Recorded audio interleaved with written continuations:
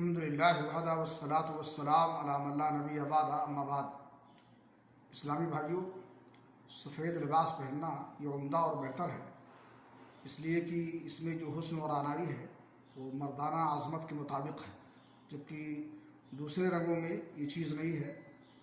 اس لیے اللہ کے نبی جناب محمد رسول اللہ صلی اللہ علیہ وسلم نے سفید لباس پہننے کا حکم دیا ہے۔ سنن ترمذی کی حدیث ہے، رسول اکرم صلی اللہ علیہ وسلم نے فرمایا، البسوا من ثيابكم البياض فإنها من خير ثيابكم وكفنوا فيها موتاكم، کہ تم سفید لباس پہنو، اس لیے کہ تمہارے تمام لباس میں سب سے عمدہ اور بہتر یہ ہے، اور اسی میں اپنے مردوں کو کفن بھی دو۔